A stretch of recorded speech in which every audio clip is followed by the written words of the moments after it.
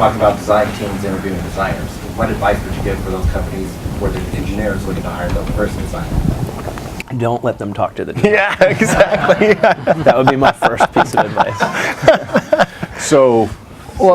So you definitely need them to talk to the engineers. So because the problem is that once they got onboarded, that's who all the people they're talking to, right? Yeah. And so like you definitely have to. I mean, it sucks. You might scare them away, but that's the person you want that it actually stayed, because that's who they're dealing with. Yeah. I mean, so the thing I always tell those folks, especially engineers, design is not. You guys can disagree or whatever. Design is not magical. It's just not. I know lots of designers, treat it like it's a magical process, and we make things, and it's a very thoughtful, very calculated process, which is exactly the same thing as engineering is. It's just expressed differently. And the really good designers work with really good engineers because they actually are the same kinds of people, but just two different sides of the same personality. And the ones that work together really well, that's when really good things happen. So the first thing I try to do with the engineers is just make them understand, look, if you ask the designer a question and they say, well, I kind of thought it looked good, that's not an acceptable answer. They have to tell you why. Why did they do this? In the exact same way that if you were that engineer was asking somebody else about an architectural decision, why did you go down this route? Why did you pick this framework? Why did you organize it this way? What was the point? People who are good will be able to answer those questions in very thoughtful ways. The really good ones will be able to communicate that in a way that you would understand, even though you don't do what they do. So the first thing is to make sure engineers don't treat, it's like, I've had lots of engineers come to me like, oh, designers, I don't know how to talk to them. It's like, yes, you do. First off, calm down, you do. But get them to understand that, they should ask the same kind of questions that they would expect, they would want to hear from an engineer as well too, answer a certain way. Having said that, there are definitely some engineers that can be very direct and very harsh, and you've got to walk them through that and not be too harsh maybe, but or have them interview other people. It also depends on how senior they are. If they're very senior, they should be able to handle that no problem, right? If they're junior, then they're just going to get rocked. They're just going to be like, what just happened? So I think calibrating based on the level that you're bringing in. Well, and talking with an engineer too, and also there aren't actually right or wrong answers with design. We're usually always dealing with gray areas, and so some things will be better and some things will be worse. They will not be like, this was actually the right answer to the calculation, or you didn't properly set up the code. It's not binary. Correctly. Yeah, so you got to be like open to letting them say, oh, okay, that's a good idea, or there's no actual real solution to this answer, but answer this. Right. I mean, I think what you were saying, which is that you also have to allow give the engineers the right way to ask the right questions, right? And so, like in what you're saying, which is sometimes the problem was framed incorrectly, and so if you can get back to how the problem was framed, then you can understand why they came to this solution. But if you just look at the solution and say that's a stupid solution, then you're not really asking the designer properly. Yeah. Or you have an engineer focus on what they're actually good at. Is like, how do you think you would actually build this? And maybe how you'd build it, maybe not from a code perspective, but like if you had to explain it to me how you would actually build it, they could maybe draw diagrams or do something that's kind of equivalent, because that's actually what the designer would be doing to communicate with an engineer later. I just wanted to, before we transition to more like onboarding designers, I wanted to take a poll. How many of you guys are actually trying to build your design team right now? And then what stage are you at? Like seed, series A, B? So seed, early stage, maybe series A, B? Okay, so kind of we have an earlier skew and maybe later stage. And how many of you guys are hiring maybe your first designer? Okay, second? Or second plus? You guys? All right, cool. So I think some of the tactics and things that you've described so far, I think, have naturally been skewed a little bit towards the later stage companies. So I'm wondering if you guys can talk a little bit more about quote-unquote interviewing and bringing on a designer if you're kind of an earlier stage startup or in your previous companies that you've worked with. So personally for me, I do less of the, hey, you're going to come in and you're going to do an interview. It's like, hey, we have all this shit to do right now. Like, you want to start doing some stuff, and then we kind of see what happens. And like, if you keep doing good stuff, then I'm like, all right, you should keep coming in and do more stuff. And that's kind of how we've approached it. I'm not sure if that's right or wrong per se, but we don't make it feel, at least personally, we don't make it feel like, oh, hopefully that you're having an interview. Like, it's more of a conversation, and let's just start to make stuff together.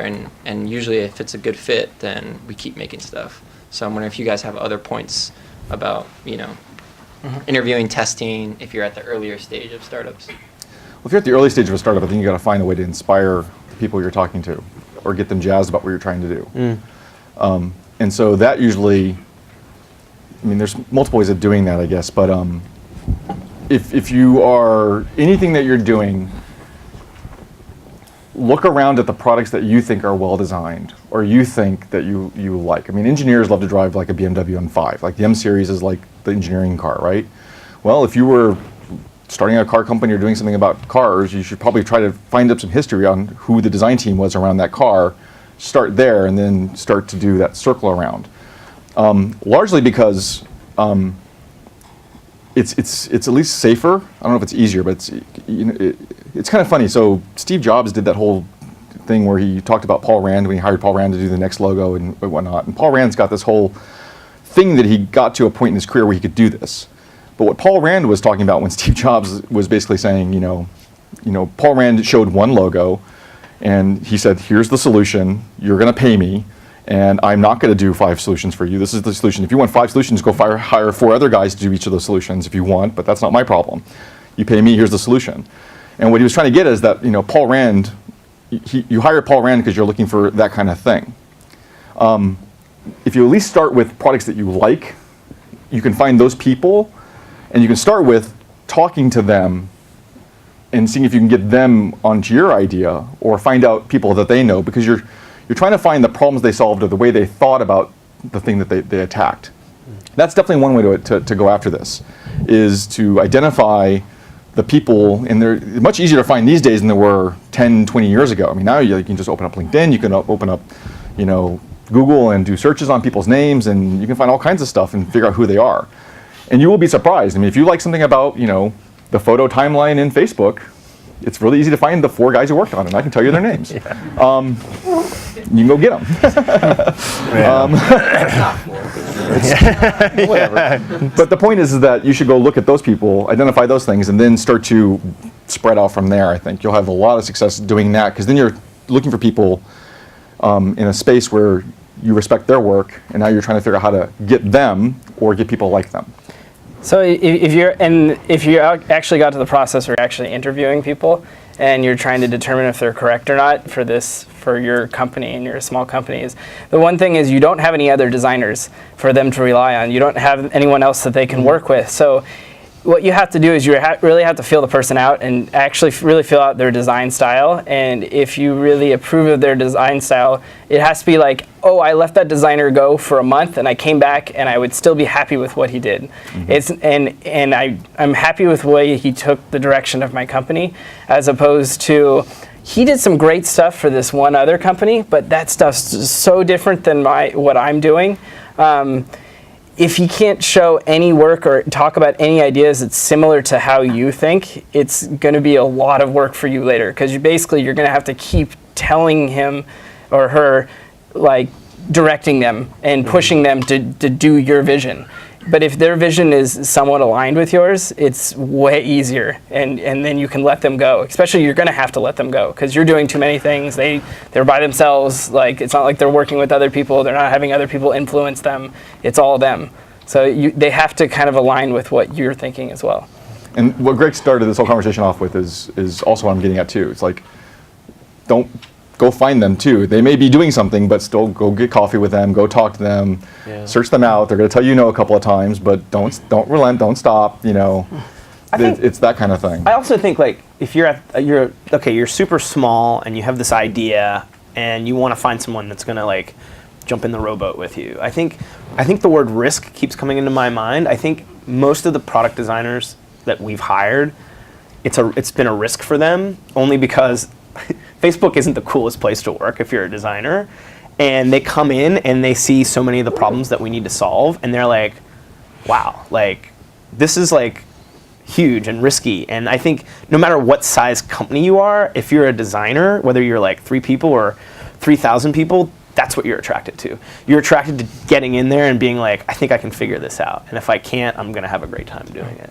So I think like the common ground, if I had my own startup, would be to hire a bunch of people that are like totally risk takers and being like, yeah, why not? Like, let's just try it and see what happens. I think if you start talking to people and they have grander visions of, well, I can see, you know, how many, what do you think? Are you gonna sell this at some point, or is it going to be, you know, when you start getting into that stuff, I would just like walk away from that. It's like the idea of just getting in and getting your hands dirty and like being a part of it is like, that to me is worth, maybe if you're a mediocre designer, that would be worth taking a risk on that person. I think it's also important, though, to be honest about what you're looking for. Are you looking for a production person, or are you looking for a person to be like an integral sort of designer of your product, to help shape the business, the model, everything? Or are you looking for someone to make icons? A lot of times I talk to startups, the thing that I think that they're looking for is one person to do everything. You know, branding, marketing, logo design, you know, everything from website design to application design. They're completely different things. And so to find that one designer who can do all of those things is probably an impossibility. Maybe they can do a lot of those things well, but... Yeah, actually, so that's a good point. One thing that because I've done the corporate thing and I've also done the startup thing and I have my own studio, et cetera, the various ranges, the one thing I do recognize is when you're just getting started trying to get the team out, I think it's better to start off with one of the two. Either a very low-level production person who can just crank out work for you, or the very high-level senior person. I always find that people, when they hire those middle ones that are kind of in certain places in their career, that causes so many other problems as you grow your company. Because that person may get upset that you're going to bring in a senior person later, you know, they do all this work to help you get your company 2 years in, et cetera. But if you bring a production level person, it's very clear, you're very clear with them, it's like, look, we need you to crank on this stuff, They're jazzed. They're getting paid. They're having fun. You know, and they're doing work and whatnot. That's fine. And the very senior level people are going to be the ones that are going to want to help shape your business and whatnot. But the middle ones, I think, for startups is the danger zone.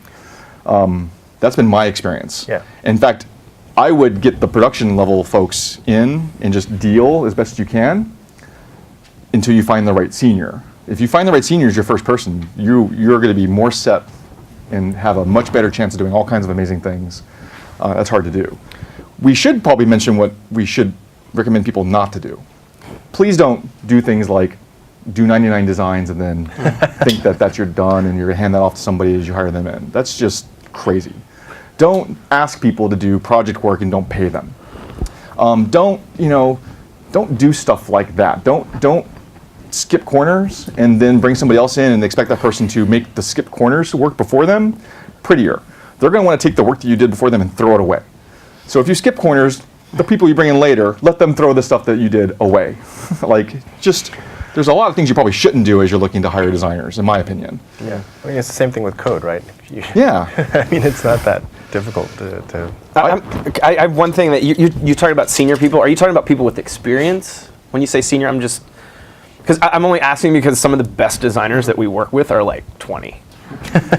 I would take it as being more super motivated and aspirational. Yeah, you can see them being the senior person, right? Yeah. Not that they actually. Or are you talking about? I guess I don't know. I haven't worked in the startup. Well, I haven't really worked in the startup. So a senior person is going to be the person who, if they make a mistake, the person, they can own the mistake. And if that mistake is going to cost the company $2 million, then that person can eat that mistake.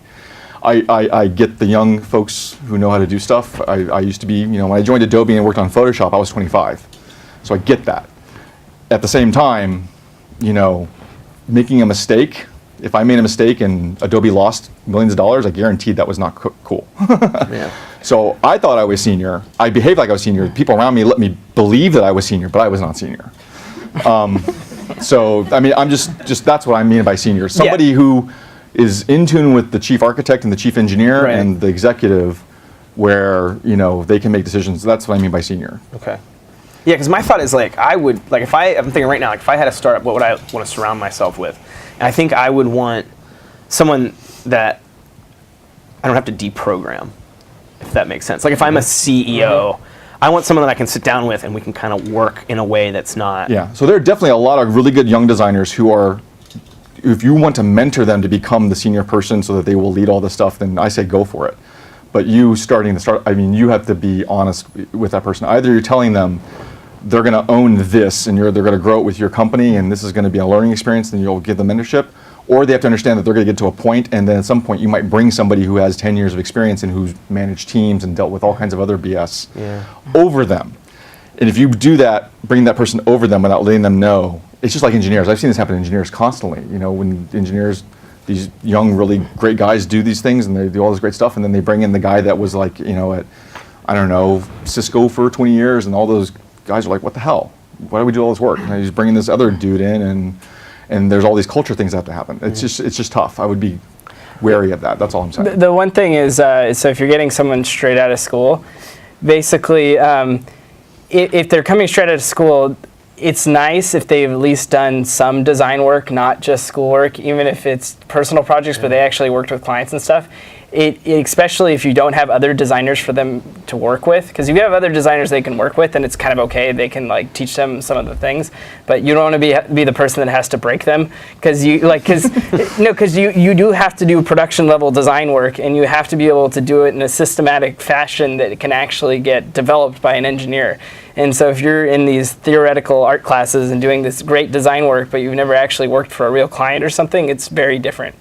So as long as they've done some personal projects that had a real client, or that they actually worked for an internship or done some other things, then it's okay. But otherwise, it's kind of scary. Have you guys had any luck with any schools having the right design? I'm sure you probably have, but yes, I'm talking about more from a product perspective, because we have a really hard time with. I've said this before at these meetings, but RIT is one of the most underrated schools right now, unfortunately. So Rochester Institute. They do very technically oriented students, and the 3 people I've brought out of RET were just staggeringly amazing. Carnegie Mellon gets a lot of things on the interaction side. They can be hit or miss. Yeah. SVA in New York is doing amazing stuff right now, I think. Yep. So they're on the up and up right now, and what Liz Danzico has done there is spectacular. Yeah. CCA here is with Christian and other folks are getting going really well. Academy of Art has got its place. San Jose State I know is getting back into the game, so their program's getting back in. For traditional graphic design, there's College of Art and Design down in Pasadena. There's other stuff, but on the product tech side, it's still tough. But there's a few schools that I think that I've been extremely impressed with. A lot. I've never had consistent results. It's kind of all over the place. It's not like, you just need to go to this one college and get all the designers there. That's true. But, if you have a relationship with the professors and if you have a relationship with the dean, they usually sort of do the weeding for you and they give you the best talent if you have that relationship, that ongoing relationship. And when we were working together, I think I created an internship program and I tailored it. Usually internship programs are tailored to get as much work out of them, like free work out of them as possible. But what I learned from after interviewing the guy who was leaving was that he had the worst time and now he's going to go back to school and tell everybody that he knows that he had the worst internship and no one should ever come work for this place. And that's one of the dangers of hiring someone young, is that they don't care, they don't have a reputation. They'll crap all over everything that you guys do. And then that news spreads. So what I did was created saw what their strengths were and saw a need that we might have that was sort of easy, like a typography. Like, what does typography on screens look like? Can we do an exploration about color on, he's still really quite good. He's looking for a job, actually. But now that I think about it, but he's Canadian, so it's problematic.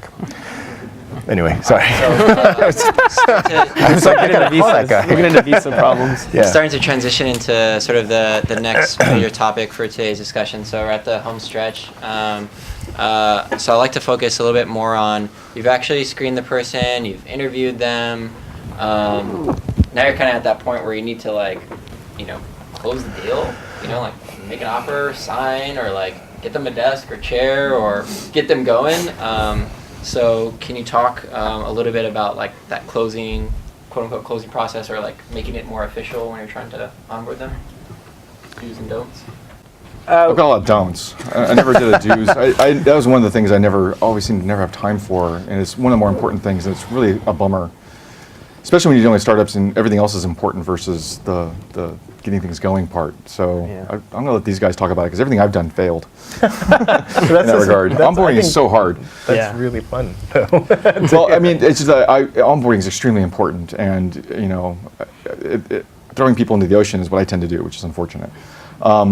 I don't think you're alone. Yeah. Like, So I think it's you guys endemic of the industry. Like, Are you talking about onboarding in terms of getting them, Well, like, let's just first on- talk about the first step of just okay, like, getting them? you got them a contract or you did something. Like, is there? I never even get to the point of first off, before you ever come into interview and face to face, my first question is like, look, if this works and I'm going to make you an offer, you're going to say yes, because if you're not, I don't want to bother. So I try to get that out of the way really early. So by the point they are about to come in, I want to make sure that this is a, you know, if I don't want to be a waste of anybody's time. I'm not as direct as I just said it. I try to be a little more tactful. But I really want to make sure that, you know, it's happened to me twice now, and they're brutal when that happened. And I try to really make sure I learned from that. It's like, look, I want to bring you in. We're going to bring you in. This is great. Everybody's got good positive. We want to do the presentation, etc. If this goes well, which I think it's going to, by the way, I want to make sure we're going to make you an offer and you're just going to be able to say yes, right? Are you prepared to, like, say goodbye to these other things and be ready to do it? And I get that out of the way before they come in. Personally, that's what I do. I don't know if that's the right thing to do, but I want to make sure this person's prepped. And by the way, when they come in for the interview, they're ready to make it happen. yeah, there's a bit of an assumption that they want to work there if they're coming in to interview. Yeah. So, but I don't actually. I've never.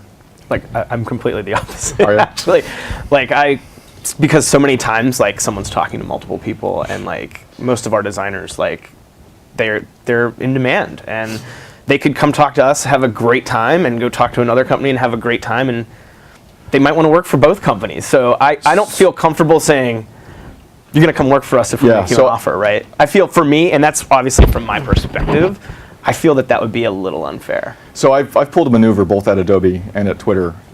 You know, I don't know how I'll just say it anyway, whatever. I've had people tell me, look, I'm talking, you know, I actually, a couple candidates when I was at Twitter say, hey, you know, I'm talking to Google, I'm talking to Facebook, you know. As soon as those words came out of their mouth, my first reaction was, it's like, look, you know what? If you're talking to anybody else, then that's fine. No problem. Right. This isn't going to work, though. I don't want you coming in here to interview and give a presentation unless you want to be here. If you are talking to other people, that's totally cool. Like, so I'm playing a tactic. I'm playing a game to. Yeah. I'm playing a game of chicken a little. It doesn't work for me in our company. Yeah. You know, for a startup, it is. Twitter has a brand. Facebook has brands. Yep. I mean, you all have brands, and I think that, like, the thing we're always telling our entrepreneurs is, like, you have to sell, and you have to sell. Exactly. It's a hot market for designers, and it's a hot market for. So I try to get people into this mindset. It's like, look, I don't want you worrying about these other jobs. I want you to come here, and I don't want to hear that you're talking to anybody else. That's fine. But if you want to go, if you really going to work there, then go work there. Don't use me as a. I mean, I could probably answer this a little bit better because Box is kind of a big brand. Not really, though, compared to most of the competitors that all the other designers could go to everyone else that's here besides me. A lot of times when people will be saying, oh, yeah, and I'm interviewing at Microsoft, I'm interviewing at Google, and these things. And then Box, and they always confuse us with Dropbox.